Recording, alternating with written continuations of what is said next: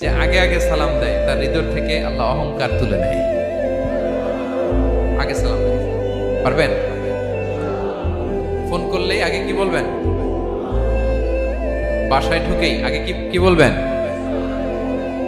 স্ত্রীকে আগে সালাম দিবেন, বন্ধুকে আগে সালাম দিবেন, বাসার কাজের লোকটাকে আগে সালাম দিবেন, আপনার ড্রাইভারকে আগে সালাম দিবেন, বাসার দারোয়ানটারে আগে সালাম দিবেন। ফকির একটা আসলে আপনি সালাম দিয়ে ফেলবেন, পারবেন?